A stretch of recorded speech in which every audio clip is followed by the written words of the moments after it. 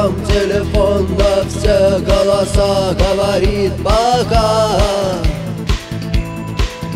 пора. И пальто на гвозде, шарф в рукаве и перчатки в карманах шепчут: подожди до утра, до утра. Но странный стук зовет дорогу. Может, сердце, может, стук в дверь. И когда я обернусь на пороге, я скажу одно лишь слово: верь.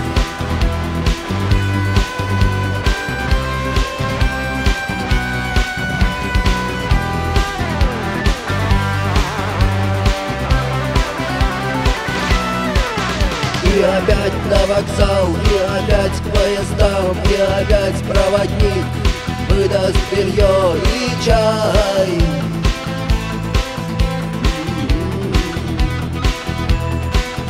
И опять не усну, и опять сквозь грохот колес мне послышится слово: